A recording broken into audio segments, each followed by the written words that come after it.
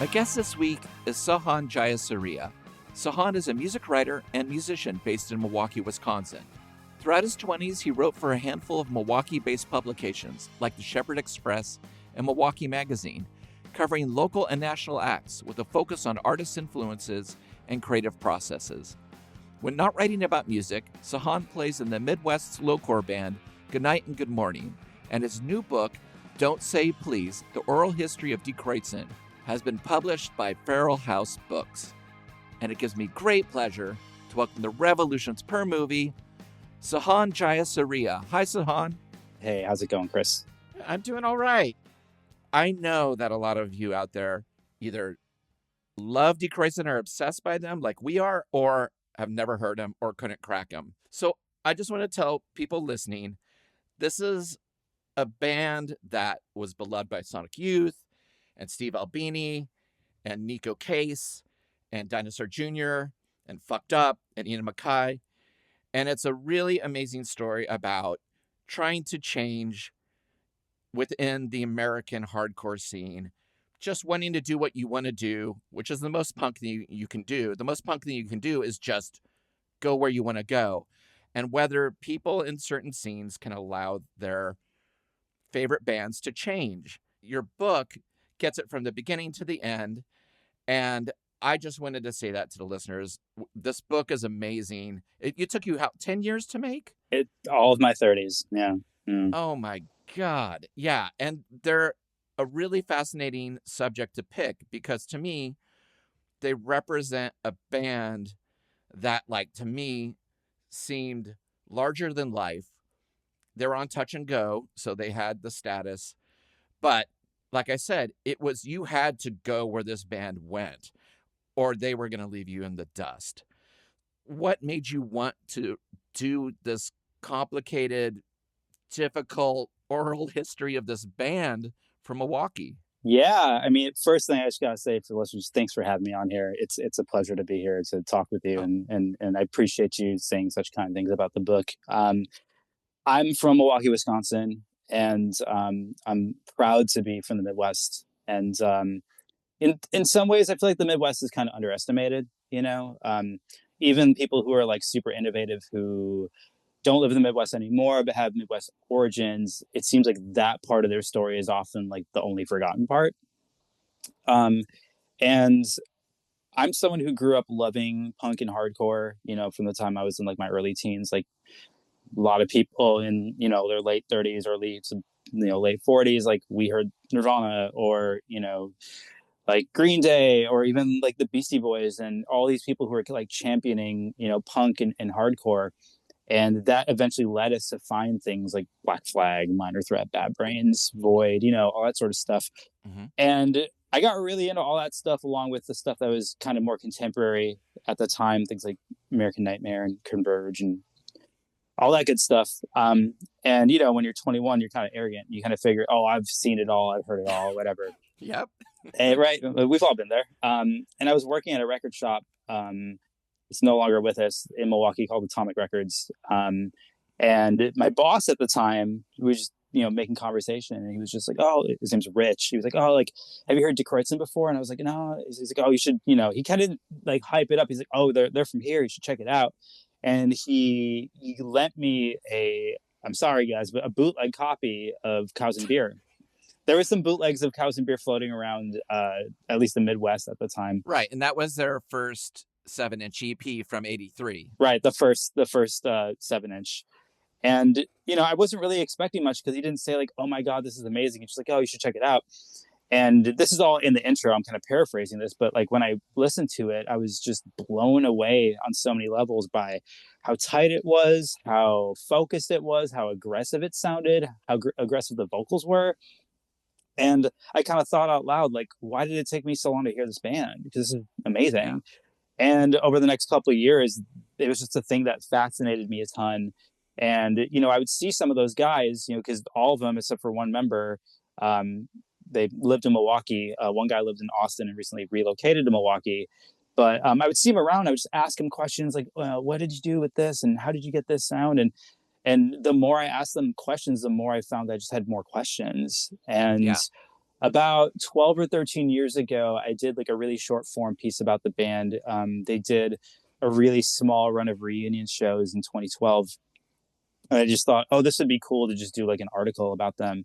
And it was really well received. And, me and the band were talking a little bit, and they're like, they pretty much said like, yeah, we've thought about doing a book. Have you ever considered that? And I started writing about music maybe like just, a year or two before that. But, I literally only read music books anyway. Sure. So, right. So I was just like, that'd be pretty cool. And I thought about it, and I kind of kicked the idea around for like a year and a half. And then in 2015, I decided to dive in and start doing it with no publisher and no plan. And then it just started coming together. And then about 2-ish years ago, Christina at Feral House reached out, and she'd been following my writing for a long time, and she was like, this is something we might be interested in doing. And once they got on board, I finally, pretty much finished everything that needed to be finished, because at that point it was just, I'd never written a book before, so it's just scattered Google Docs on a bunch of computers and Word documents and notebooks, and just, she got me to focus and finish it. So that's kind of the long answer to that. I still remember we have a local radio station that's listener sponsored called KBOO, and it had a radio show called Autonomy Hour that had rotating guests, and I would always record it. And on this episode, it was Tom Pig from Poison Idea with his special guest Jello Biafra. Oh. And Jello Biafra is like, this is off the new Die Kreuzen record. It's called Pain. And then the feedback starts, which, first of all, I'd never heard a hardcore song start so atmospherically. And then the music kicked in, and I was so used to shouting in punk rock, but I'd never felt like I was inside the human who was in so much pain in this song. And I was like, this sounds so not human. It just blew my head open, and I just sat there over the weekend rewinding and listening to that. It's done with another song side by side. It was so unhealthy. This music was so unhealthy for a 15-year-old to be listening to with headphones on, just being like, this is speaking to me. This is speaking to me. Yeah, again, I think if you hear it and it speaks to you, you can't forget it. And that's kind of one of the beautiful things in the book. Neko Case being like, I bought a guitar in the same style as this band because it just sounded amazing. And I think I sing the way I sing because of Dan. Like, she was really felt weird that she couldn't do vibrato, but she's like, but Dan doesn't do vibrato. And you're just like, the people it hit hard. And I do feel like they were a chemistry band, like Cheap Trick, like R.E.M. You needed all of these amazing members to bring their weird influences into it to make it Die Kreuzen.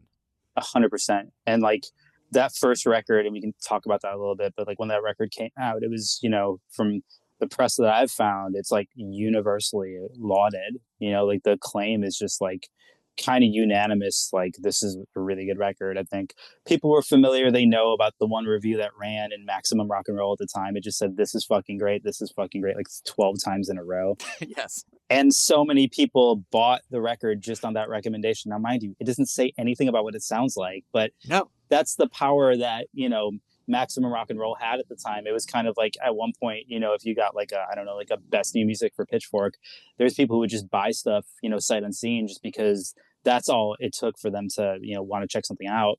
Yeah. In your book, Thurston Moore says, every once in a while, there's a band that hits a galvanized spot where, to me, they become the greatest band. Not even in America, but in the world. They just completely rule. First Die Kreuzen Maximum Rock and Roll review that he read, he said, that's exactly how I felt about Die Kreuzen. It was hardcore, but it was something else. It was white hot. It was their own thing. It wasn't just hardcore or punk or noise. It was Die Kreuzen. And for a moment there, they were the best. They were the shit. There was no contest. There are, of course, amazing hardcore records. Sure. Zen Arcade, Double Nickels on a Dime, You could go on and on, out of step, just anything, The Faith Void split. Yeah. Yeah. Absolutely. It's an embarrassment of riches for that period of time. But I do feel like Die Kreuzen had like a real art to their sound. Like they brought in really weird, moody elements, upsetting elements, pop elements, goth elements. It was just like they just went wherever they wanted to go. But what's so weird is that even if the record could shift, you immediately knew who they were just because of the way they sounded throughout their history. So when Cows and Beers came out in '83, how did they get to Die Kreuzen? Because they were in other bands, they kind of were two sets of friends. Can you kind of set up for the listeners like how they got to that first EP? I guess like the real beginnings of the band that became Die Kreuzen was a band called the Stellas, and they were based in Rockford, Illinois. And it was half of the guys that would end up being in Die Kreuzen. It was Dan Kabinski on vocals and Brian Egners on guitar. They had another guy named Grant playing drums at the time, and then a different bass player. His name was Brian Hill, affectionately known as Beezer. And they started playing around a little bit. They played in Milwaukee a little bit, and they were kind of tired of being in Rockford. There was nothing really going on there. So they decided to just move to Milwaukee. So they moved it to Milwaukee and started playing a little bit. But when they moved up there, they kind of didn't have a drummer. So they knew a guy who was living in Brookfield, which is right outside of Milwaukee. His name's Keith. And he was just friends with them. And they asked him if he knew of any drummers. He's like, well, I happen to know a very good drummer. He's my very good friend, Eric. So all of a sudden now they have a new drummer, Eric, who's just so distinct, so unique, super tight, super fast. He does this like double snare hit thing that like no fast hardcore drummer really does. It's just such a distinct style of playing and such a distinct approach to playing hardcore specifically. Yes. And he joined, and they started playing a little bit, and they kind of realized that, I guess for whatever reason, they decided that their bass player, Beezer, wasn't really a good fit, and that they wanted to get Eric's friend Keith in the band. So they got him in the band. And right around the time that he joined, they decided that they needed to get a different name. So a friend of theirs, Diane Strand, said she was going to start a band called Die Kreuzen. And then they were just like, oh, that's cool. And then they were like, and I think they just ended up like just taking the name because she didn't end up. Sure. More or less, I think that's what happened. I don't think it was like malicious or anything. It was like, oh, you're not going to use that. So right. So they took the name, which I think she swiped from. I've heard like conflicting things over the years. I've heard it's a German language Bible. I heard it was just like a German book. It technically translates to either like the sign of the cross or like the crossing, but the way they spell it isn't like grammatically correct. It's a whole thing where it's like it's not just. It just looked cool. It looked sick. Of course, that's all you need. It's a sick looking. People used to go like, "Have you heard Die Kreuzen yet?" That was my favorite. Have you heard Die Kreuzen? I'm like, yeah, I haven't, but I've.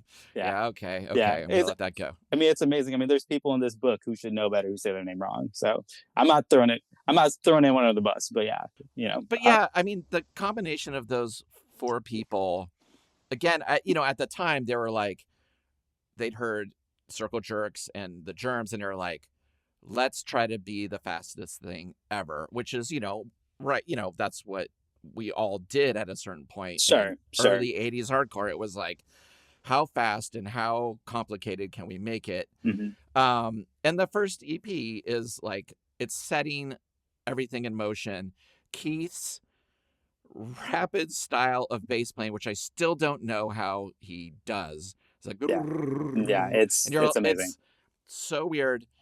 The chorus guitar with just lightning quick changes. Mm-hmm. And then Eric's, like you said, just inspirational, very unique style of rhythms. But then Dan just kind of burying his soul. But on Cows and Beers, he hadn't really found the voice that we know to be Die Kreuzen later on. And in the book, it was really interesting that he was like, I just wanted to be an instrument. Like I wanted to find a way that I didn't sound like myself. Totally. So what we're doing today is we're looking at a cable access performance from 1983 of Die Kreuzen. And then we're looking at a cable access performance from 91, right before they broke up. And what's fascinating is I don't know if that cable access is still around in Milwaukee, but it was such a big part of Portland. And we had a lot of these either local TV shows or cable access shows that would take a good hard look at punk rock. Right. Why is it? And Right. this special was called "Who Am I? The Punk Rock Attitude." Sure. Liz Weiss is the host, and it's got Nick Nick, I think it's Status. Yeah, Nick Status. Yeah, who owned a punk or new wave club. They can't Sure. decide which, called Neko's. Yeah. So they're sitting there, and then Die Kreuzen just looking like kids, like normal kids, flannel. But I will say this, and it's talked a lot about in your book, but Keith and his look, that spawned a bunch of copycats. Like the glasses, the paisley shirts, the hair. People were like, I saw a photo of him in that 3D punk rock book. Oh yeah, Loud 3D. Yeah. And I was like, I want to be able to like flip my head back and have my face do that. Totally. And also wear a paisley shirt. Like I immediately was like, I'm going to start wearing psychedelic stuff on stage just because of photos of this band. Right. It's so funny. They had that effect on people. And like, it's, I did, when I was writing this book, obviously I had to go through an editor, and I did a lot in there where like people would say the same thing, and I would include it in there, like in a row, because I just thought like, this is just reinforcing the point. And my editor was just like, yeah, it's too much. And I was like, oh man, I thought it'd be cool to see that. But like so many people literally verbatim, like they looked so fucking cool. The amount of time that I had people tell me that, it was like, yes, everyone was just so into the look. And I think part of it was, and this also goes along with the sound of the music, is that they had interests and a life before they heard punk rock. You know what I mean?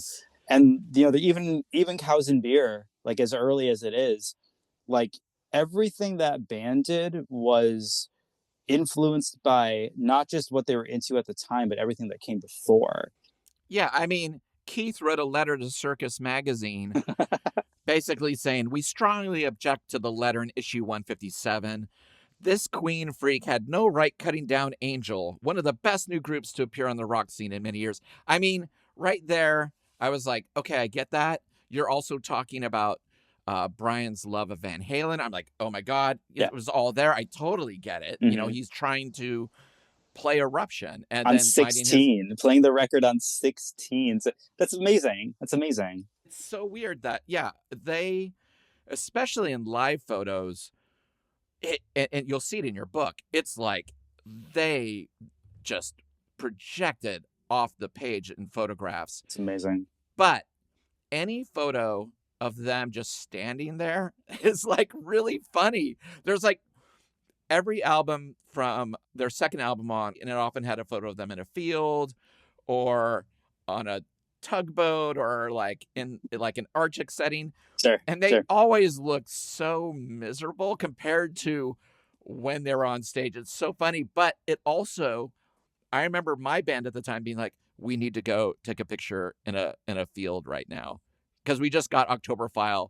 It's so funny how much they influenced visually.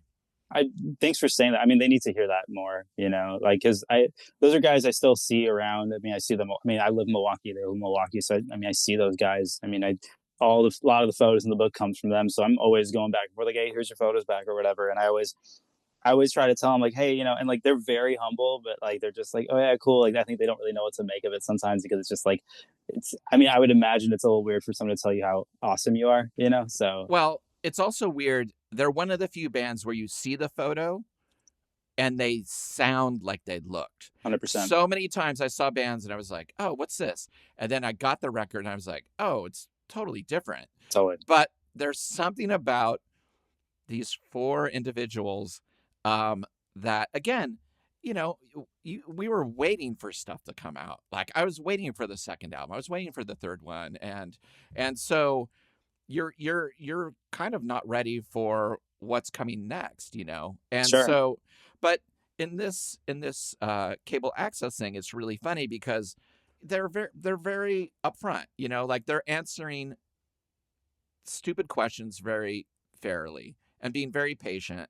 You know, do you consider yourself political? No. Why is it called Cows and Beer?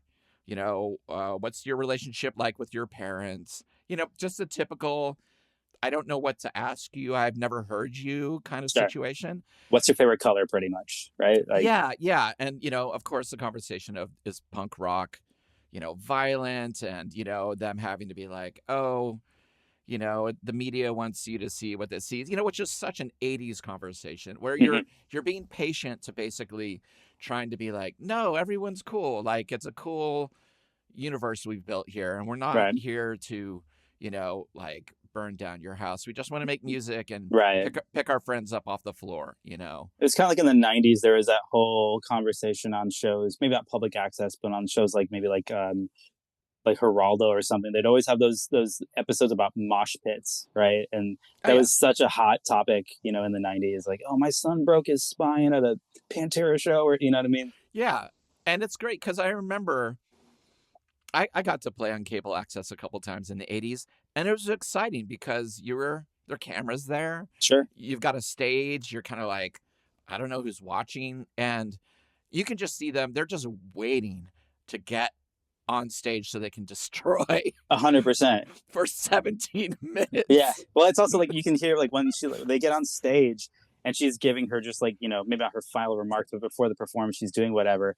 And at one point, I think you can just hear like Brian's guitar just like feeding back really loud. Like they're just like little like toys, just wind them up and they're like, let's go, let's go, let's go, let's go. Like they're so ready to just destroy it.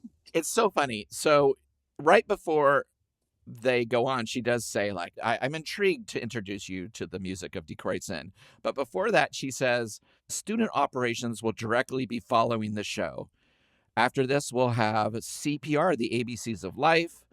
The Hansbury Sand Theater Company will be on with the Actors Asylum.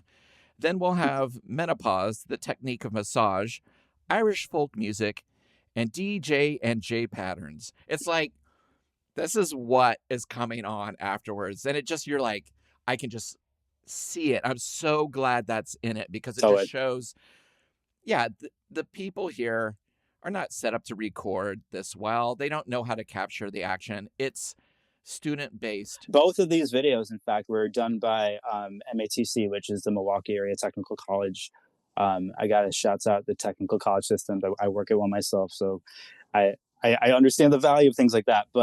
Absolutely. But yeah, like it was MATC is the 2 year college. They have a couple different campuses in the Milwaukee area, and I think both of these were shot at the downtown location. I think in different studios, obviously, you know, 7, 8 years apart, so different people shot them. And if you watch the footage, obviously it looks quite different. You know, the one from '83 is Yeah. a lot more, almost like reminiscent of like early MTV in a way. You know, it definitely has that kind of really bare bones kind of look. But yeah, I mean, this was shot and I think even maybe edited by students. Like this was like probably just like a project, you know? Exactly. And right out of the gate, you know, they do Think for You. As you'll see in the footage, you know, Eric's a maniac drummer, so creative. Keith does a thing that they talk about a lot in your book, the lean back and throw forward look, which I couldn't ever really describe because I was like, it's not headbanging. Right. It's a different thing. Right. It's cooler. And again, I remember my second show I ever did of my hardcore band.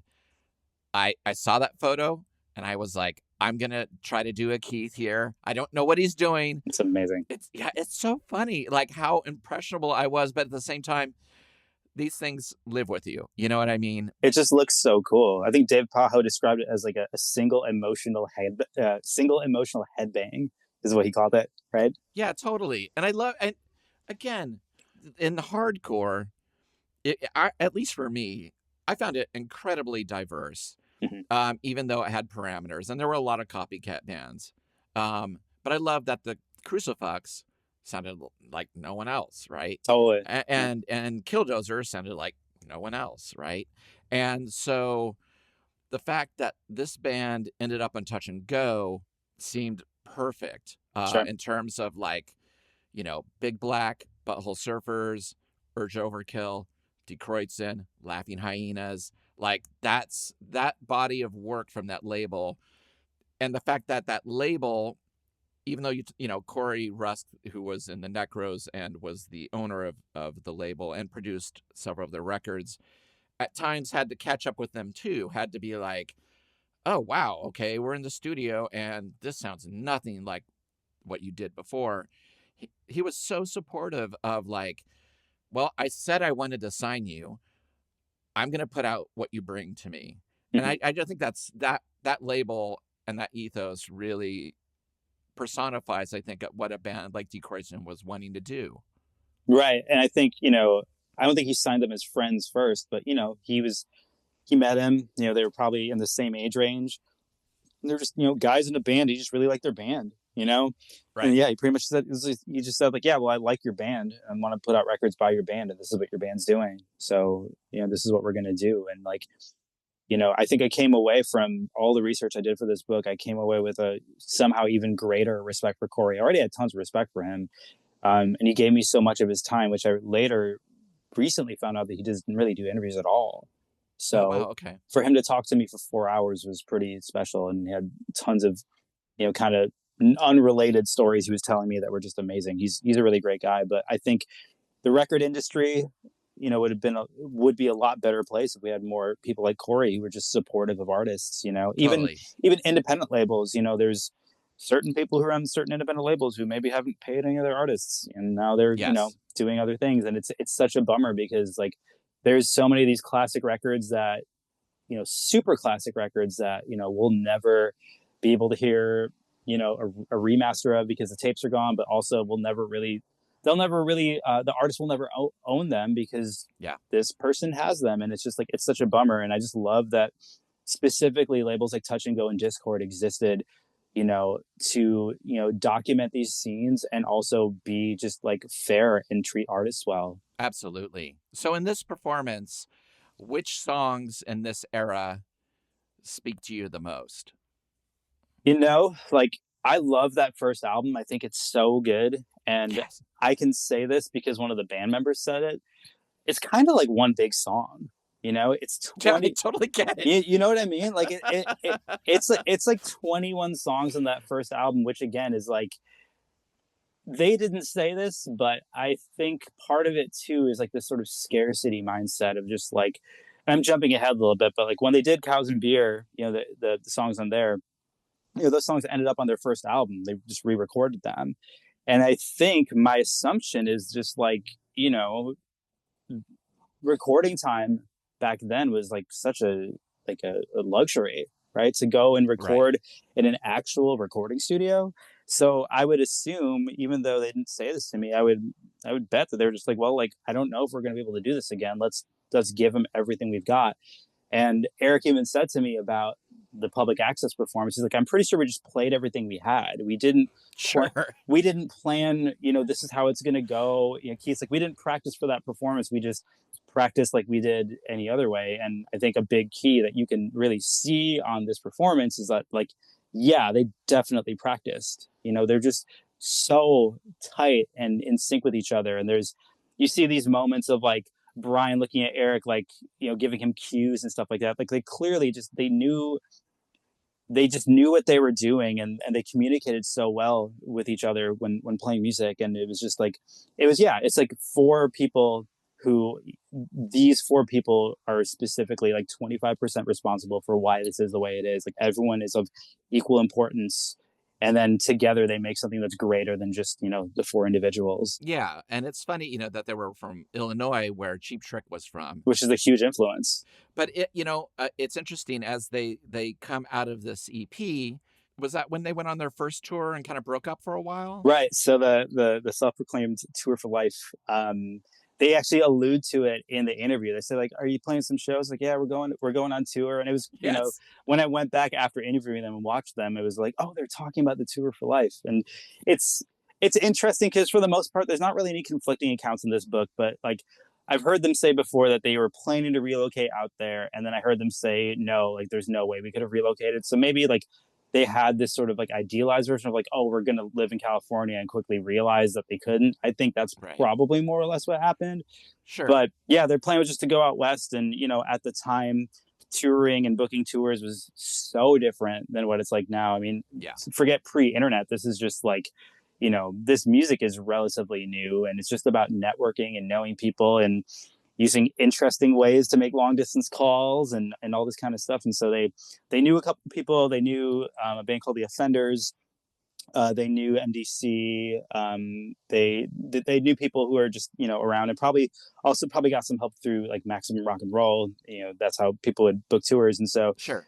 they went out to the West Coast and played some shows, and quickly realized they couldn't really stay, and they were just kind of hanging around because they had this show at the end of the month with the Dead Kennedys that they're going to play, and they just kind of waited around and just kind of like, without spoiling anything in the book, they just had some fun in San Francisco, and then they played this show with I know it's Dead Kennedys. I think it was maybe Personality Crisis and Crucifix. I might be conflating this, but they played the show, which got them enough money to get back home because they didn't have enough money to go back home. And then they played a couple shows along the way. I think they played in Reno with 7 Seconds, a couple things here and there. And at this point, this is 1982. The band members are 20, 21, 22 years old, and this is probably their first time ever being just away from home, just amongst themselves, and away from the pizza job that they all shared. Yeah, they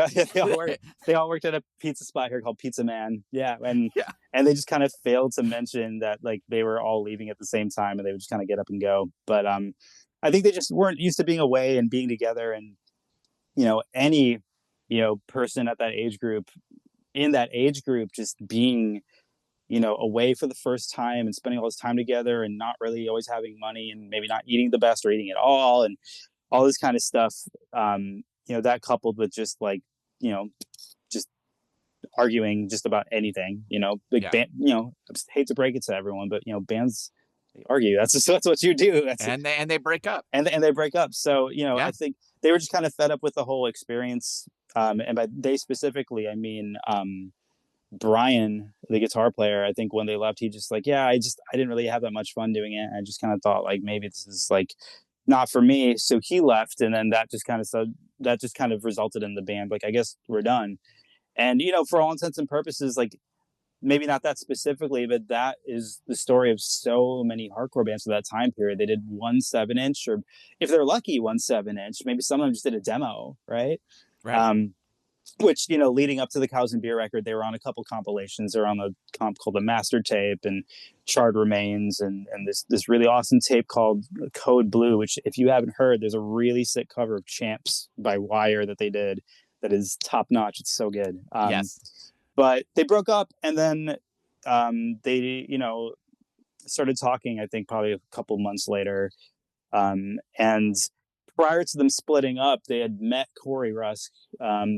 I think they played with the Necros, and Corey was really impressed with them. He's like, oh, I want to do a record with you guys. Like, all right, cool. And I think the plan at the time was to do a 12-inch EP. And I think Brian Agnes says that in the public access performance, like, yeah, we're going out west and we're going to do a 12-inch EP, which my guess is probably would have been, whatever new songs they had, Yeah, rumors and stuff like that. So they decided to get back together, and then the first thing they did was call Corey, and they're like, hey, is that offer still stand? He was like, yeah, totally. And they're like, cool, like, let's do this. And they just started practicing again. And they eventually, practiced a lot. And then they went in, I believe it was early to mid 84 to do the first album. They recorded at a studio in Dearborn with this engineer by the name of Rick Canzano, who did only a handful of things, but most of them were early touch and go releases. And he was just a guy who worked at a studio that was inexpensive and was, willing to record music like this, because a lot of people had no idea what to make of it. And some of them, forget having a frame of reference of how to do it. They're just like, why would I want to record this shit? It's true. I mean, and I'm kind of blown away when you say it's like one long song, because that the first album is perfectly sequenced for a hardcore record. And again, they loved Wire, and they loved The Birthday Party, and they liked Neubauten and all these other influences. And so you can hear it here and there, but yeah, you start with Rumors, you end with I think No Name, I and think then so. Yeah. yeah, and it's just like it's over in a Right. flash. But it still it just the album just does it for me. It's a pummeling record. And yeah, Yeah, it's harrowing and invigorating, and I can see the light in it when I want to, sure. but it really takes me back in a Totally. time travel kind of way where I first heard it and lived in this record. And what's so funny is, this album comes out, they are not playing right now in Portland. I'm waiting, but you'd get magazines like Maximum Rock and Roll and things like that, or Forced Exposure, and there would be a little thing in the corner like Touch and Go coming soon. It'd be like the new Butthole Surfer record, whatever. And in it there's a picture of October File. We need to talk about Richard Kohl, Oh kind of the man. fifth member who did all of their artwork. Nothing looked like this Yeah. in the underground at the time. Extremely goated Richard Kohl, man. He's the best. And I think, yeah, like the fifth member, the sense that like those four guys worked really hard on crafting, their sound. And meanwhile, this guy crafted the absolute perfect visual accompaniment to what these records sounded like. That first record looks like that drawing he did. And, when you get to a record like October File, it looks like how that music sounds. And it's a completely different style of he's doing like photography Right. versus like really fine point drawing on the first one. Right. And it's like, again, you were just like, what am I looking at? Is this a machine? It's like there's a like a fractured sun. I can't. And it's scary. It's super scary, man. Like even before I really heard it, it kind of told me what it was going to be because I looked at it and, I wasn't familiar with the music yet, but I was familiar with, what ended up finding out like their influences were. And the first thing I thought when I looked at it, I was like, man, this looks like a 4AD record. This looks like something that Vaughn Oliver would have designed. Right. Lo and behold, that was not only what they were influenced by musically, but Richard was also influenced by what they were doing visually. So it just kind of made sense. And it was funny. So we're waiting, and we find out that there are problems with the sleeve. Like it's supposed to be embossed. Oh, wow. And so it has a delay. And then me and my brother get it because we would share records. We take the bus home, we put it on, and I couldn't understand it on first listen. Sure. How old were you when it came out? I was 15. Okay. This is like around the same time you're like writing letters to R.E.M. Exactly. Okay. Yeah, and I would ask them, like, have you heard Die Kreuzen, this and that? But what's great about not understanding a record, it wasn't that I didn't like it. No. They still do hardcore songs in this record that are some of the best hardcore songs you could ever hear. 100%. If they want to do hardcore all day long, all night long, they could do it with ease. But this is what I was getting at earlier when I introduced the show. You had to go with where a band went, whether it was, an artist like John Cale or R.E.M. or Wire or The Fall. It wasn't made for love on first impact. Right. And so this album has, gothic elements, has metal elements, has industrial elements, has hardcore elements. They still have the same tonality and instrumentation as the first record. They're just finding a different way to express pain to you. Solid. And we had the record. You start getting it, you start understanding it as it gets near the end of the record. You put it on again. You wake up the next day and you'll see your favorite record. 100%. We were talking earlier before I had you come on, and you were very relieved that I just wasn't a first album purist. Oh man. I mean, it's like I love anyone who wants to talk to me about this band, but like there's a lot of people who even with this book, they're like punk book. I'm like, there's 3 punk chapters in this book. Like this is the band that made, a really great hardcore record. And just to backtrack really quick, like there's so many songs in there that I like I'm not going to dismiss it as one long song. Like I love In School, and I love like Pain and Sick People. And like, I'm such a fan of like mid-tempo hardcore, not like the jock mosh stuff, but like to me, like like the pacing of a song like Neat Neat Neat by the Damned, like that's like such, Yeah. I love Rocknroll, you know what I mean? Right. And like Mannequin is like that song kind of on that record. But there's so many people who just like they love that record, and then they maybe heard Cows and Beer, and then they just like didn't bother for some reason, or maybe they, you know, they heard a little bit of Oktoberfile and it didn't grab them immediately, and that was that. And it's almost like how like I don't know, it's like to me, like I love when people celebrate the whole catalog, because it's just like the people who listen to just the first album, it's kind of like, you know, like little kids eat cupcakes. They just eat, right. They just eat the frosting and they leave the rest of the cupcake. Right. It's kind of like that. It's just like, but Well, like, it's so funny. So I finally get to see Die Kreuzen. They're coming through. They're opening for a hardcore band, Dr. No. okay, sure. And opening the set is Dan's industrial band, Boy Dirt Car. Boy Dirt Car. Yeah, yeah. And the hardcore audience was not into it. Like, they were super impatient. Die Kreuzen comes out. Fog Machine. They look different. They're bringing a different energy to it. And people started booing and spitting at them. Oh, man. Now, I met two of my best friends at the show for the first time because there were some of the few people that didn't spit. And we were standing next to each other. And we were like, you like Die Kreuzen? Like, yeah, they were great. And we're like, what's wrong with everybody? And, you know, they all went on to form bands as well that were very strange and unique. But it was just that scene often was very close-minded. It was just like faster, harder, right, like more shouty. You know, I just want to be able to sing the chorus with my fist in the air. Right. And, you know, this was also at a period where people, the terminology sellout was still a big deal. Sure. Like, oh, they've gone to a major label. Oh, they've changed their sound. Oh, they're not, you know, you're not, you know, I only like the early stuff, right? Sure, sure.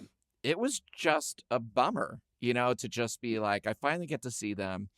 And people are here for the metal styling, hardcore stylings of Dr. No, which is fine. I like Dr. No, but sure, Dr. No was giving them what they came to expect. And Die Kreuzen was just like playing stuff off Century Days, which is, again, is another leap. They were just like, they were not interested in what you came to see. They were like, you come with us, or, you know, we'll take your spit, you know, well, but we're gonna do it. Well, I think part of that too came from, I wouldn't say they did it because they did it, but maybe they're slightly encouraged by Husker Du, who you would go see them. I mean, I'm way too young to have seen them. Like I'd say this is a joke, but seriously, like when Die Kreuzen broke up in 1992, I was listening to MC Hammer. So there's no, like, I was not there. I wasn't there. And like, no, you know, Husker Du would play Husker Du their would next play album. Not even the next album, like 2 albums later. Yes.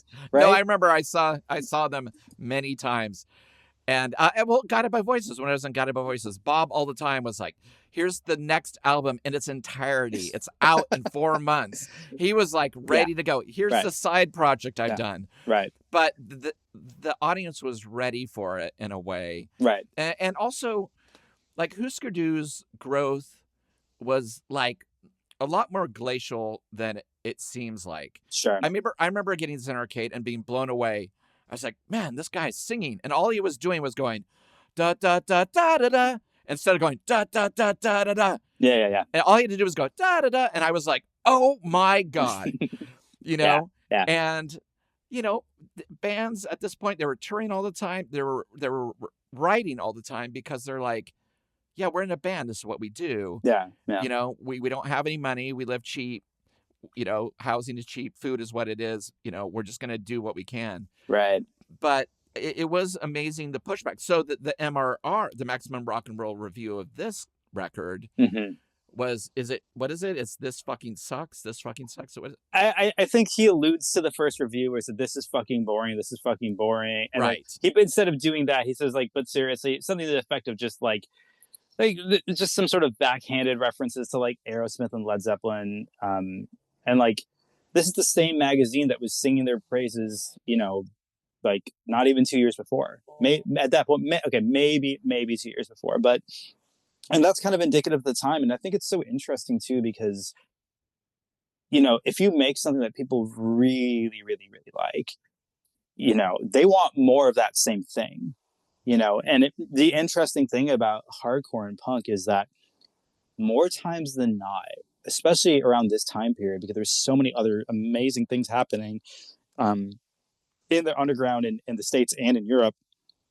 The artists were so interested in moving forward and growing, but the audience didn't fucking want it, you know, and because I and was guilty at times of that too. we've all been guilty of it, right? And there's so many records that are now, you know, people are like, oh, it's a classic, but at the time, like people just they didn't get it because people are afraid of what they don't know.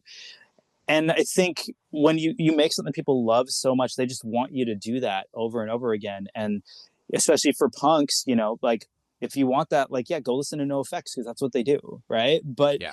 but a band like Die Kreuzen were, like I said, there was interest of theirs musically that came long before being into punk. And Keith even says, he's like, yeah, by the time we were making that first record, I didn't want to listen to hardcore anymore. He's like, I still liked the Germs, I still liked the early Black Flag singles and the things that I liked.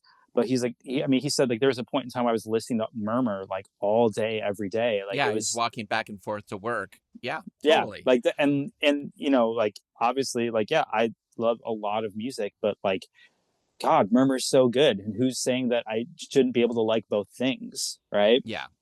And he wasn't the only one in the band that was doing that. They were all starting to absorb all these different things, going on tour, as like you stay with people. Have you heard this? Have you heard this? So, it was not them saying, and now we're going to make a record like this. It's just, this is the next batch of songs. This is what we're going to do. Well, and as they grew as songwriters, of course, you want to push yourself. You want to be like a song like Cool Breeze Mm-hmm. on October File. It's like it goes don't, and immediately you're like, oh, it's super Mike Mills. Like you're like, right. like Right. this is beautiful, and the Right. song is beautiful. But I will say this: it is really interesting because these records have never left my house. I still listen to them, but I think they are a hard sell on one level. I Sure. don't necessarily think like people might hear this and go like, oh, I want to go check them out. I totally understand if somebody listening to it now doesn't really like it. But again, as we were growing with this band and we were used to the sound of Dan's voice and Mm-hmm. we were used to the experimentation with the instrumentation, it felt familiar already. Sure. So I think it's really interesting because they were really futuristic. And Absolutely. there's so many bands that love them, have done tributes to them, whether it's like, they're in metal or goth or punk or rock. But it is interesting. And I think a lot of people had trouble with Dan's voice. I think some people just, when he started trying to like do these longer screams and do it, like to me, I was pulled in. Sure. But like when my wife walks through the house and she's from Glasgow and didn't experience touch and go, I'm kind of like, what I asked her, I said, what does this sound like? She's like, sounds kind of metally and kind of screamy. Like she has no context, Right. where, I think if like you had context going to it, right? Sure. Right. Cows and beer, and Right. then the growth from it. Right. So it is fascinating. I do get why some people couldn't necessarily crack it, but I do feel that often the reasons people didn't give it a chance were unfair. I think they were unfairly maligned too, because there were so many bands who were as beloved as they were, who did their version of the same thing. But some of these people really love to just rip on Die Kreuzen as if they were the only ones to do it. Like, do you know that unreleased Void record? Have you heard this record? Yes. Yeah. It doesn't sound like Die Kreuzen, but it sounds like they're coming from a similar place. They're not just making, songs like Who Are You? Like Right. it's like their version of metal. SSD had the fucking skate ramp on stage, Yes. right? Like, was it How We Rock or whatever? It's Yeah. just like I would, that's a full sellout move, right? And like prior to do that, they were writing shit like Glue and like really cool stuff like that. And like, you know, um like this is not like an uncommon thing, but like I think the reason why people were so unfair to them is because they loved that first record so much. Yeah. Yeah. And it is a bummer, but like if you give it a chance, if you give it the time, because that's the thing, like this band did not sell out at all, because like, yeah, okay, they stopped playing this thing that like, yeah, that first record is great, but it's a very specific thing. And they evolved into something that was not necessarily more accessible. It was more melodic, but as I say in the book over and over again, like this is still difficult music. And I also feel like Touch and Go grew with them as well. Like by the time Century Days comes out, I'm like, there's something so classic rock about the way they present it visually. Mm-hmm. It's got a gatefold sleeve. Mm-hmm. Like that was really rare, right? Mm-hmm. Sure. In the underground. And it's got a giant poster of the band in black and white, right, for you to put on your wall. I don't know if it was cheeky or what, but I love it that they're like, yeah, we are not rock gods, but we're like playing with it a bit. Like, yeah, right, put a full giant poster in there. Like, right. I never got records and pulled out stuff like that. Right. I need to clarify. There's no lyric sheet in any record after the first album. Oh, right. Consciously. Yes, you're right. It says who performed on it and right. recorded Like it. the credit list. I need to clarify that. No, thank you. Because I mean, I don't know if it was now I have to burn my records. Is that right? Yeah, you don't know the words, right? Yeah. No, I don't know if it was because of R.E.M. I mean, I keep bringing them up. Obviously, you're a huge fan, so am I. But I mean, they were one of the biggest influences on this band, and I'm a little bit too young to have experienced that 80s period of R.E.M. in real time. But the influence that they had on so many bands on the underground, it can't go, you can't say it enough, right? Yeah. And I know for a fact they are Die Kreuzen fans, at least one of them, which is amazing because like Keith even said, like I started playing, a Rickenbacker because of them, because it was right, which was really rare in hardcore as well. Right. It's and yeah, they definitely a kinship. Like you could see if on a poster you had a picture of R.E.M. and their FFA jackets, right? Future Farmer American jackets, and underneath it you had Die Kreuzen, you'd be like, oh, they're both from Athens. Right. Like there's the kind of a weird. We've been blown around in the weather a bit too long kind of look. This like arty kind of thing. I think in the book, I talked to Justin Trosper from Unwound, and he kind of said like, people don't use the word emo to describe bands like Who Screwed You or Die Kreuzen, but like that's kind of the real deal right there, where it's like, when you listen to these records and like the fact that you're even able to like pick up on it so early, like the keyword here is pain, right? Yeah. And it's not just a song title, and like as hardcore evolved into the 80s and into the early 90s, like things became a little bit more metal, a lot of like these New York bands and whatever, like bands like Madball or Earth Crisis, like that's just like this projected aggro male rage, which I don't really have any interest in. The best things that are hardcore, or I guess hardcore adjacent, it's pain. You know what I mean? Yeah, I totally agree. Right. Yeah. And I think Die Kreuzen, especially the early stuff, but if there's like a through line, I guess, in like the mood, at least in the vocal delivery, because I don't really know the lyrics, but the way the vocals are delivered, there's a sort of a pained and melancholic quality to it for sure. Yeah, even on their third record, Century Days, the closing song called Number 3 is such a beautiful song. Mm-hmm. And it does remind me of Wire a bit. Sure. But it's so, like you said, it is, and it's not even depressing. That's not pain and depressing are different. Of course. It is just very, Dan could really put his voice, and so it felt just on the surface. I don't even know how he has a voice today, how he can even talk today, because the amount of range he has and where he holds it and how long he can hold a note, it's not to be impressive, but it is the theatrics of how he knows how to walk stylistically with his voice through the music, which was also really interesting in your book. Like they were not prolific because they spent so long making sure that they were happy with what they had. They threw out stuff over and over again. They're like, if we weren't feeling it, it went. Like we Right. never put out anything that we were not sure of. Right. That was I think obviously first and foremost, like they were making music because like they really liked doing it. You know, they wanted to make records that they themselves would want to listen to. And like you get to a record like Century Days and like, you know, the new elements are there. And like, I mean, that second song, that's such a R.E.M. jangle banger. You know what I mean? Totally. And it's so good. And I think, but there's still things on there where, yeah, like they don't have the you know, super fast, like circle pit tempos on there, but there's some really gnarly, like super scary, heavy moments, especially like with Dan's vocal. It's like, you know, kind of like it's in line with what, you know, eventually people would come to know of Touch and Go in the early 90s with the noise rock thing.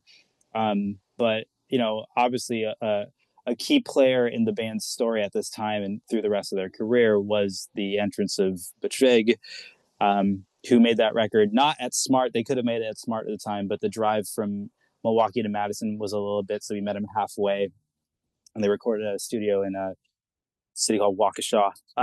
But his production really kind of gives the band this new kind of freshness, and you know, he's someone who really, you know, was able to bring a lot out of artists, you know, and when you listen to the records they made before working with him, and after, it's pretty night and day. And you know, he's a pop guy, and he'll say that himself. He's like, you know, I'm a pop geek, and I think he brought out some of those melodic qualities.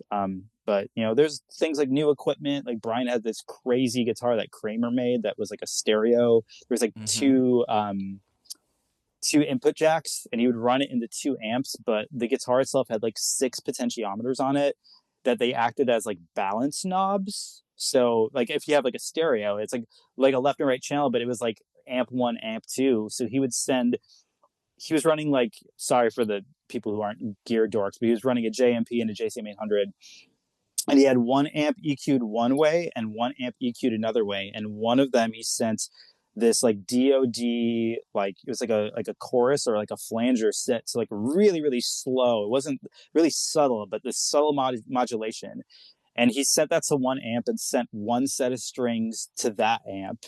And then he said, I think all the low strings were on 1 amp, and then all the high strings are on another amp, and then one of them had modulation on it. So it just gives you this wide, really like this widespread stereo kind of thing. And Butch even said, like, yeah, we didn't really do that many overdubs just because like that setup was more than enough.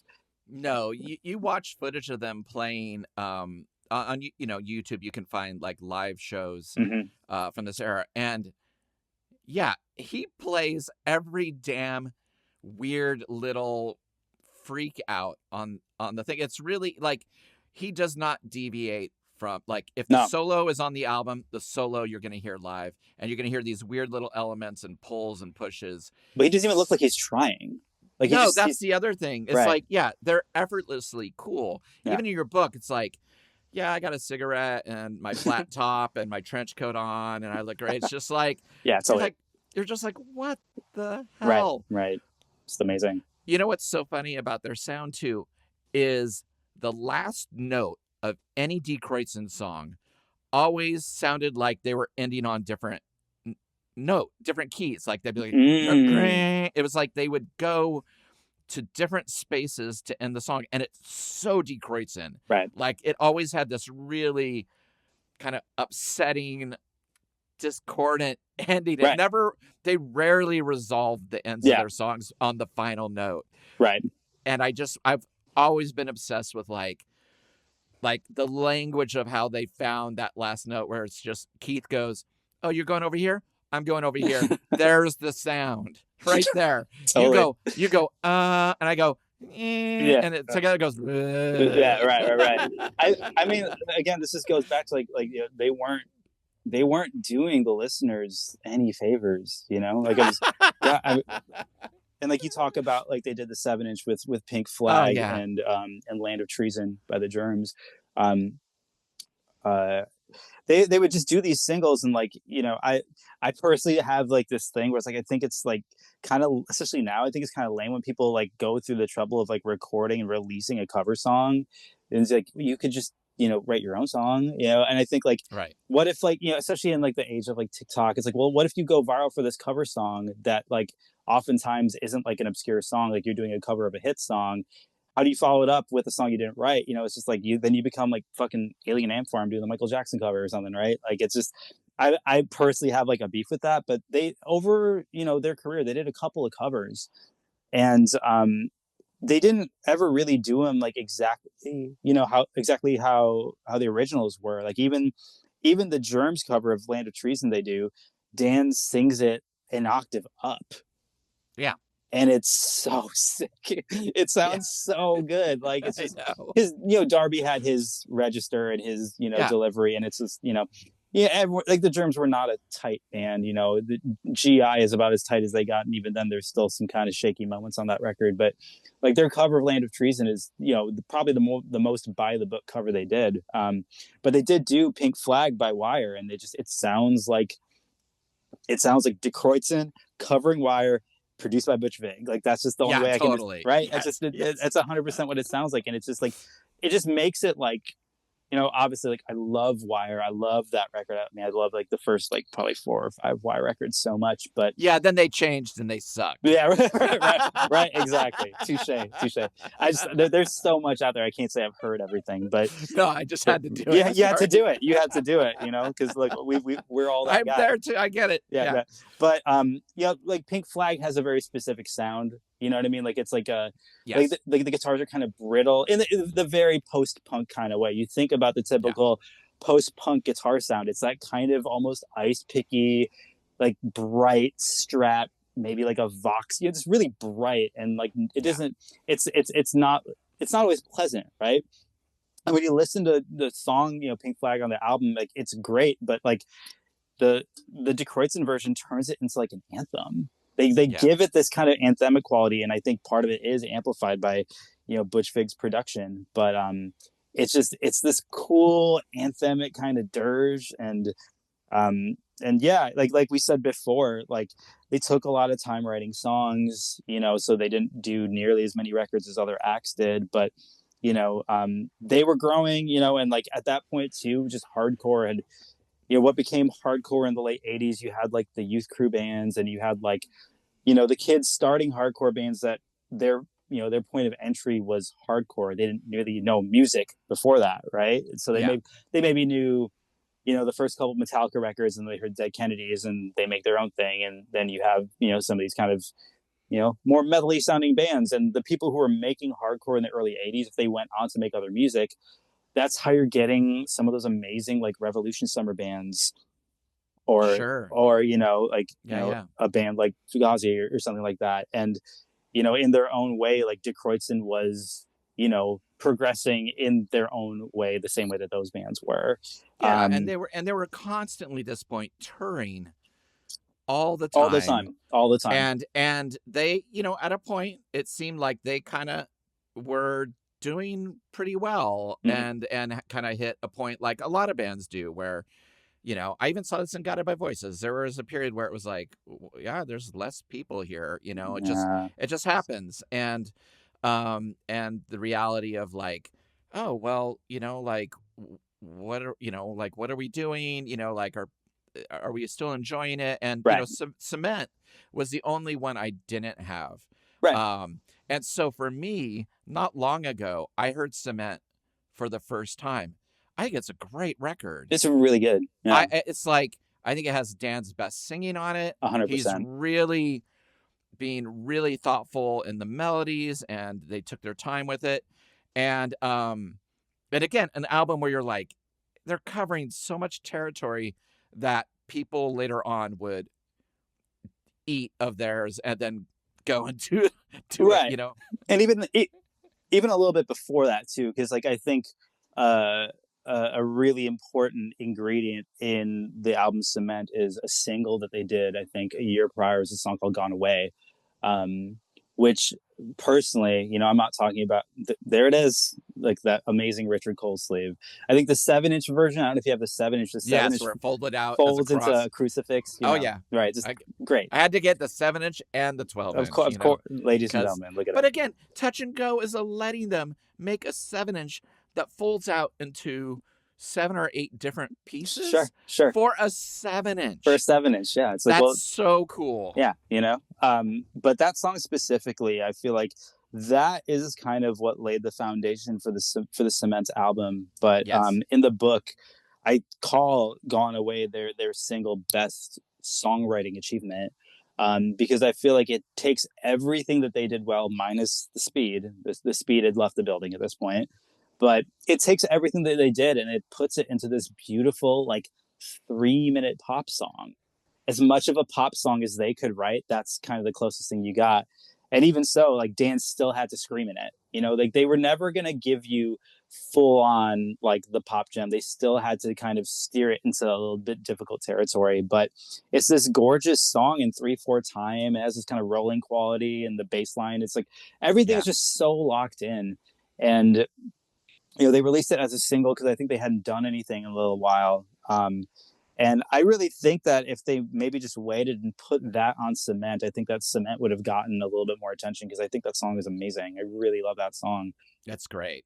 I think if you're not a hardcore fan, a hardcore punk fan, I think Gone Away is a really great song to try for Die Kreuzen. Right. To see if it interests you. Yeah. I think you're absolutely right. If you love hardcore and you've never heard Die Kreuzen, get the first record list all the way through. Or even the second record, because like you kind of said it earlier, the 2 like hardcore songs in there, those are better than some of the songs on the first record. So with Cement, did they know that was going to be their last statement when they were making that? So they claim not to. Like, they weren't super duper getting along at the time when they were recording it, and I think it was just like a lot of this, like, touring a lot, audiences maybe not being the nicest to them. And that's the other thing that, like, it's worth mentioning, is that, like, they made this amazing record. I mean, I love all their records, but they made their first record, it kind of cemented their legacy, no pun intended, right? And I think because of it being, like, so synonymous with hardcore, a lot of these booking agents 3-4 years later, they say, oh, Die Kreuzen's coming through town. They're that hardcore band, right? Well, we're gonna book them with Murphy's Law. Like in 1987, by that point, like 87, 88, they already moved on to, like, Century Days, which is, like, kind of R.E.M.y, kind of jangly, kind of in some ways a little bit like noise rocky, like definitely not, there's no, youth crew vocals on that record. No, right? And that's why Sonic Youth are taking him on tour. And putting Dinosaur I love in the book, one of my favorite things, there's so many great conversations with fans of theirs who every listener will know. But I do love that Lou Barlow was like, they were touring with Die Kreuzen and Sonic Youth, and he's like, behind that door, Die Kreuzen is behind that door, and like being so like, oh my god, freaking out, like Die Kreuzen are right, like they're just feet away. Right. It was like, it's so, I love it. Well, if you're going off of all you have are for you, if all you have are the records and those photos of them, like, standing in, like, a field with, like, a bunch of, like, just rusted old farm equipment or, like, whatever the fuck, right? Like, of course you're gonna be like, do they even speak English? Like, they were just this otherworldly thing, right? At the time, I think they were to the people who liked that band, they were just larger than life.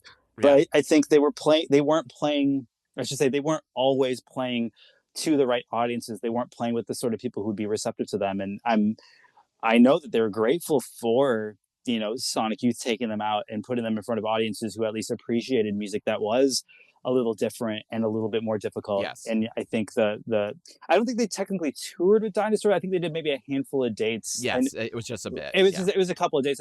Like, can you imagine seeing, like, Sonic Youth touring on Daydream Nation, Dinosaur Jr. touring on You're Living All Over Me, and then Die Kreuzen touring on like Oktoberfile Century Days. Like, what an amazing too much. Lineup, Yeah, exactly. But I think that, but also it's like, do any of those things sound the same?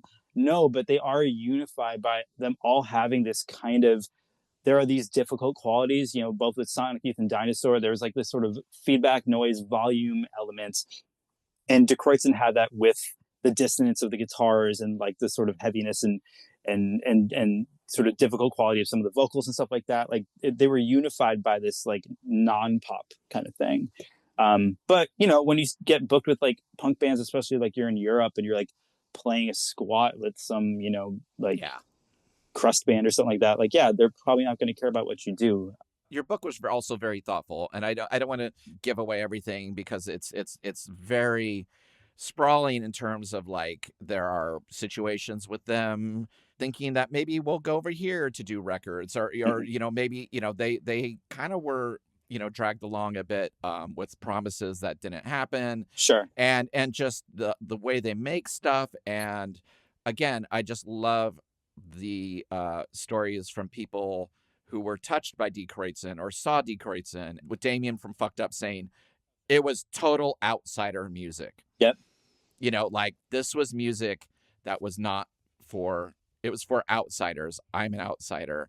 And and so for their whole career, it does feel like that. And what's interesting is, as they're heading towards the end of their time together, again, they decide to go back on the same cable access show in 1991. Right. And it's totally different. Like totally different. If you had not grown with them and you didn't know it said Die Kreuzen underneath it, you wouldn't know. You know? Yeah, totally. I mean, it's a different band, but again, like I maintain the fact that like these were, every record that says Die Kreuzen on it has those four guys on it, right? Yeah. And every record is unified by these things that, I'll say it, like there's elements of that first record on Cement, you just really got to listen for them. I totally agree. Right? The songs aren't fast and they're not like, on the surface, no, but like there's always this weird terror kind of thing happening on every record. Absolutely. And there's some of that in Cement. And like, it's just a side note of Cement, just to give people context. Cement was made by Butch Vig in 1991. Around that same time, he had just finished making the first Smashing Pumpkins record, Gish. And then I believe immediately before making Cement, or maybe while, or when he was finishing Cement, right before doing it, he went to Sound City to go make Nevermind. I know. It's so funny because I was on Sub Pop in 91. Right. And we had a choice of going to work with Steve Albini, of course, or go work with Butch Vig at Smart Studios, because I was like, he made Die Kreuzen records. That's he made amazing. Urge Overkill records. He made Killjoys records. I was like, and I'd never been to the I'd never been out of the Northwest. And I was like, let's go. In the time it took for Butch to agree to it, Nevermind came out. We no longer could afford him. Wow. But we did end up recording at Smart with the people who his engineers and everyone else, who were the people that were in Garbage and stuff like that. So like Steve Marker. Exactly. And there were total sweethearts. And Butch could come in and do stuff, but he wasn't allowed to really touch any, or do, you know what I mean? And he was very sweet, but it was fun to just be like, and all I did was ask him about Die Kreuzen. That's so amazing. It was so funny. Did you work with Doug Olson? Did he work on that record? Yes. Yeah. Oh man, Doug has the legendary Smart Studios Fender Bassman that's on like the Nevermind demos. It might even be on Gish, but it's definitely like all over that kind of late 80s, early 90s Smart is this modded Bassman that's just like dimed out, and supposedly it's just like the sickest sounding amp. I just remember him like shirtless in an unair conditioned studio, like cutting, the tape and trying to, do. It was just like, wow. But amazing. It was funny. I was the main reason we chose it was because of Die Kreuzen. That's great. So this performance, this setup is so different than the first one, which is really like, stark lighting, the band on a tiny stage, just going for it. No backdrops. Right. This almost looks like, at first I was like, is this their tour setup? Like these like catwalk things on the side of them. And it's like so much fog. Die Kreuzen loved their fog machine, as did the Butthole Surfers and a lot of other bands I loved back then. But it's like, initially it starts in black and white video, and you can barely see them. And it's a weird performance because, again, like I said, Cement is like, I love when I get to discover a great album later in my life, you Of know. course, of course. And this performance, I feel like the sound really doesn't do that album justice. It's very No, dry. There feels like, okay, the bass is over here, the guitars are over here, the drums are over here. And the one thing Die Kreuzen's recordings always did was to go CinemaScope, you know. 100%, And 100%. so it is a very interesting thing. But again, it's one of the few times where you actually get to see them perform Mhm. these songs, late in their career that they wouldn't be doing much longer.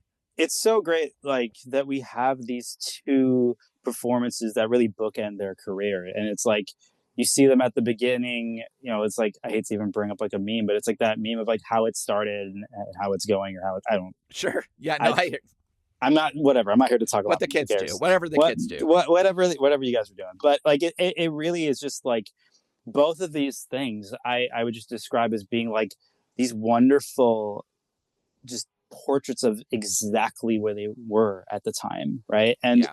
yeah, like that first one, maybe sonically and video wise, it's like, and both of these are done by students really, but like that first 7 inch, it's pretty, that first 7 inch was also recorded by a friend of theirs in like recording school or something like that. Like she was getting like a recording engineering degree. So it was just like a project.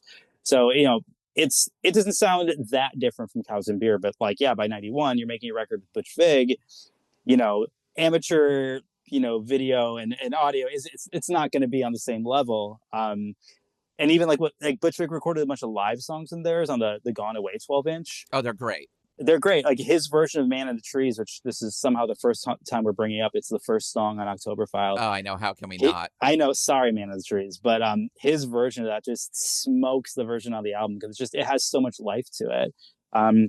But both of these performances are such portraits of that time, and I think the one thing that really ties it together is like I don't really know like specifically what was going on personally with the band, but the moment they step on stage, like they love playing music, and you can tell like they're not standing up there like Rivers Cuomo just phoning it in. Like they're Right. really like going for it, and every member is going for it. But they go for it in a way where it's not interfering with the performance. Like everyone loves that performance of At the Drive-In on Conan where they're playing One Arm Scissor, but like Right.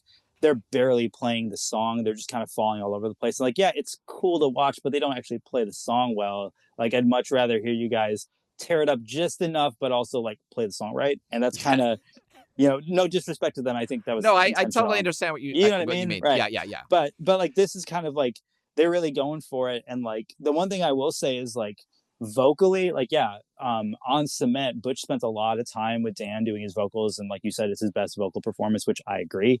They had time to go through and really get good takes. On this performance, he is almost like singing more abrasively than he does on the record. There's like Yes. a lot more screaming, and I think these are again like audio video students, so I think they added a little bit of like delay and reverb to his voice. So like when he's doing those screams, it gets a little bit more spacious. And there's no harmonies. Like there's There's no beautiful, harmonies, beautiful right? harmonies on Cement that was Right, like kind of new for me for Die Kreuzen. I was like, for sure. oh, this is really, Dan's kind of figured out, how to find a new gear of melodicism here. Sure, yeah, and but it's a really cool performance. Like it shows you just exactly where they were at the time. And like, yeah, you asked me, did they know that they were breaking up? No, but if you read the insert for Cement, there's like a thank you list. Each member writes a little thing, and instead of just being like, I want to, thank whoever, it's like they all kind of write these little like narratives, and they all sound like kind of bummed out.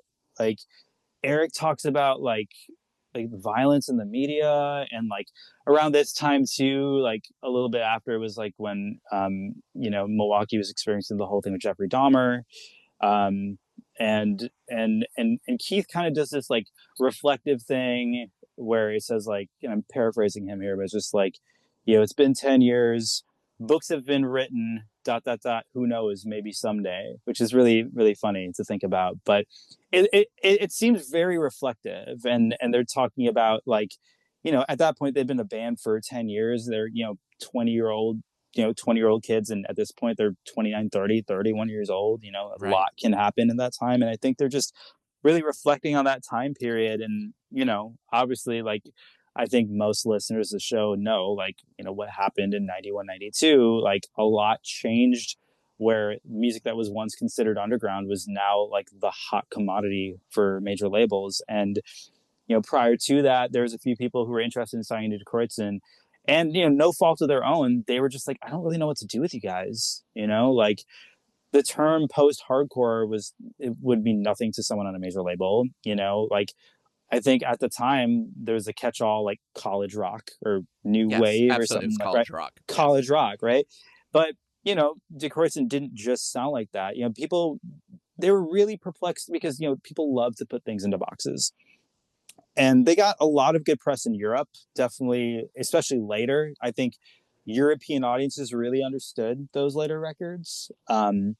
But again, like, they don't really know what to call it. So people would say things like, oh, it's like R.E.M. meets Anthrax, which is like, it's not, like I see why you would say that, but it's not. Yeah, they just don't know what to do. They're like, they don't know what to do. Well, that's why it's awesome when Steve Albini talks about them. He says, forget for a moment all the things associated with the phrase hardcore. Try for just a second to hear the words as they were spoken in this context for the first time. Hardcore. Yeah.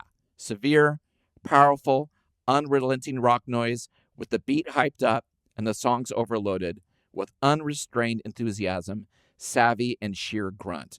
Forget that an idiom has developed which parrots those sentiments without delivering on any of them. Imagine a band that could not only just fulfill, but reinvent at every turn. Oh, you mean Die Kreuzen? Yeah. It's beautiful. It's wonderful. Yeah. And he didn't always feel that way about them. I think no, I know, but it sums later, it up so well. Sums it up. It sums it up. And the later records, I think he kind of lost interest. And they're not out there, but they actually did demos for Cement with him, and it's really cool to hear those songs with the sort of Albini basement treatment. Wow. It's really cool, actually. It's they. I mean, I don't want to say they don't sound that different, because obviously, like, Albini and Butch's production approach was pretty different, but it's cool. It's cool to hear. Like, remember when he did, like, in the 90s, like, he did that re-recorded version of Cheap Tricks in color? Oh yeah, absolutely. It's amazing, right? But it's like it's a different thing, and I think, like, the demos he did are a different thing. But like, they told me, like, at the time, like, he was not super nice to us when we were recording those demos and blah blah blah. And rest in peace, Steve. But when I talked to him a couple of years ago, he said to me, he was like, yeah, I could have been nicer to them personally. And he was aware of that. He was just like, yeah, like, I think it was unfair for me to be so, like, rude to those guys just because they weren't doing, something that I was interested in. Oh, he says it in the Silent documentary too. He was right. I didn't get it. I was being judgy. I was wrong. I was wrong. Right. Which I think is, I'm glad that we got some insight from Steve later in his life, where he was like, yeah, I was being very Albini and I was wrong. And now, so. But he spoke so highly of just them as a band in general. And, like, he just loved, like, the records he loved, he really loved. And, like, it was cool of him to be, one of the people who, because when I found that he liked Oktoberfest, I was a little bit shocked because of so many other people who, not long before that were, singing their praises, acting like they were the second coming. Right.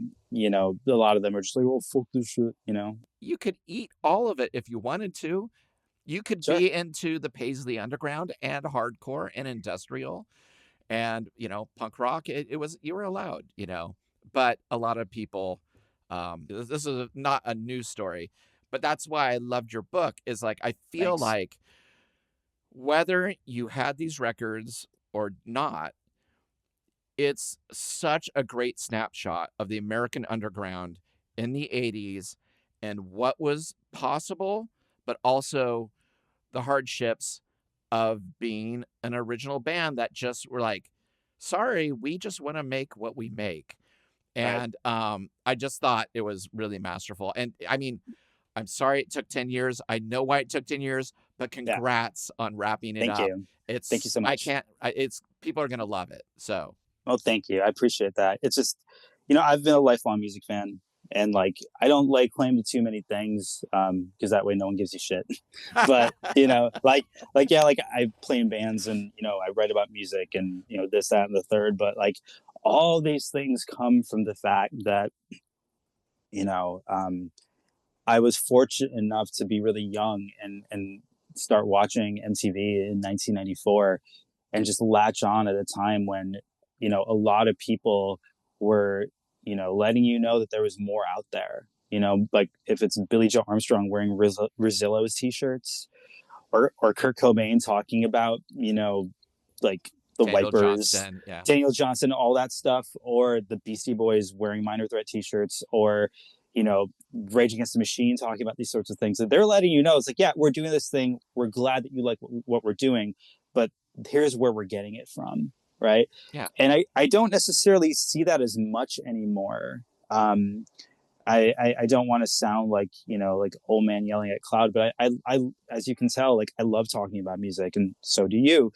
And, I love, even less than music, I love talking to people about the things they love. And when someone loves a band, if they're really, really stoked on it, you're just like, I kind of want to stop talking to you and check this out. This sounds amazing.